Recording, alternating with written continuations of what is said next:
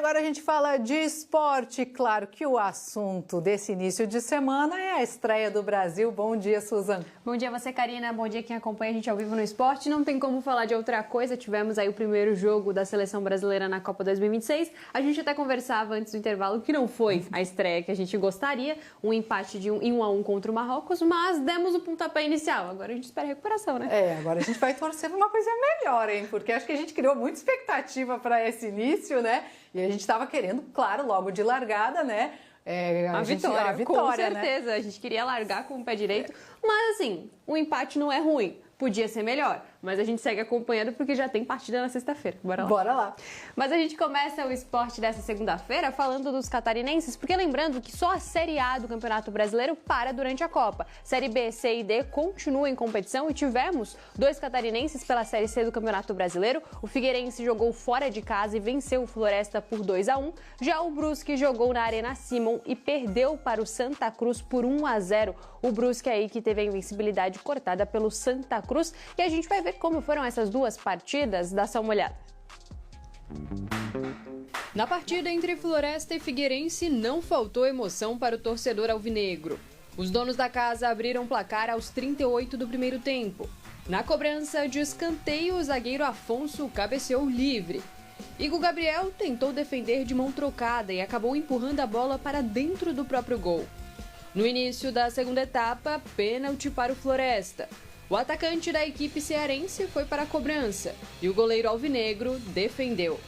A decisão parecia certa quando, aos 43 minutos, Bolt recebeu o cruzamento e bateu com precisão para o fundo da rede.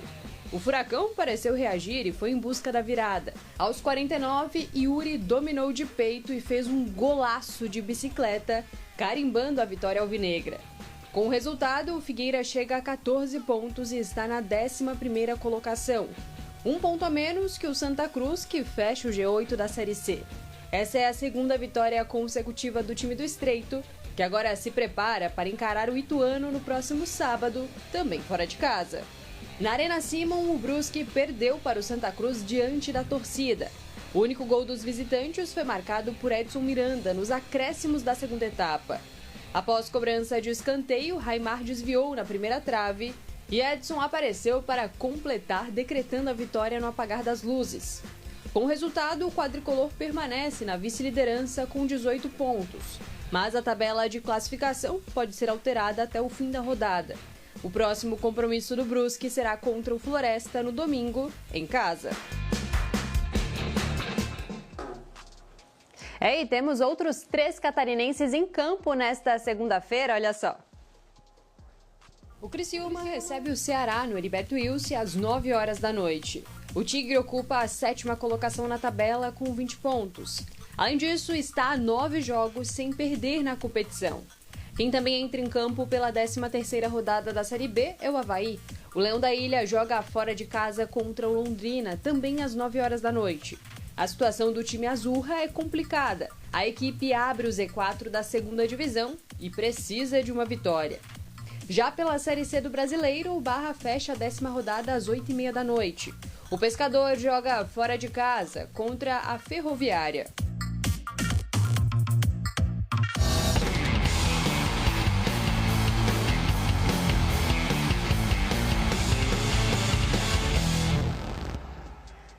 É hora do nosso Rota do Futebol e o Brasil estreou na Copa 2026. O desempenho em campo não foi o que a torcida brasileira esperava, mas a seleção conseguiu aí garantir um empate contra o Marrocos. O Giovanni Martinello, direto de Nova Jersey, traz os detalhes dessa partida. Fala, Giovanni, bom dia!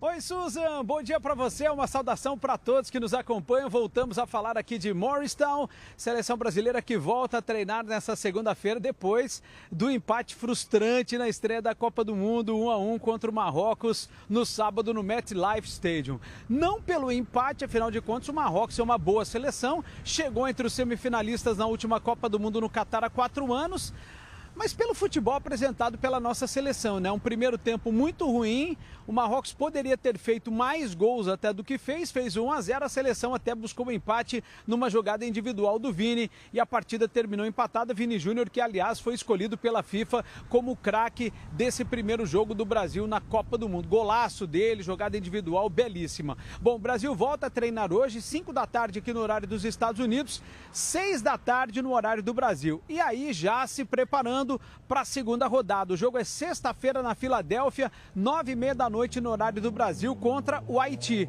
O Haiti que perdeu para a Escócia na primeira rodada por 1-0. Escócia que já lidera o grupo do Brasil. Bom, destaque ontem na Copa do Mundo para a vitória da Alemanha contra a Curaçao, 7-1, estreou atropelando um adversário não tão tradicional, era o que se esperava da Alemanha para o seu jogo de estreia. E ontem nós tivemos também um jogo muito importante, que foi um empate entre Holanda e Japão em 2-2. E por que eu falo que esse empate foi importante? Porque é desse grupo da Holanda e do Japão que vai sair o adversário do Brasil no primeiro mata-mata. Então, se o Brasil for o primeiro colocado do seu grupo, ele enfrenta o segundo colocado do grupo da Holanda e do Japão. Se for o segundo colocado do seu grupo, vai enfrentar o primeiro colocado do grupo da Holanda e do Japão. Então, o Brasil pode ter no seu caminho, já no primeiro mata-mata, a seleção holandesa. Bom, a gente vai estar acompanhando tudo por aqui, a semana está só começando, aliás, uma semana que deve contar com a volta do Neymar aos treinos. O próprio técnico da seleção, Carlo Ancelotti, falou na entrevista coletiva da véspera da estreia que Neymar voltaria aos gramados essa semana. Então, expectativa grande pela volta do principal nome da seleção brasileira, que, é claro, não está lá à disposição ainda para o segundo jogo do Brasil, mas é muito provável que já para o jogo contra a Escócia em Miami, pela última rodada da primeira fase, ele esteja à disposição do técnico Carlo Ancelotti. É isso, Susan.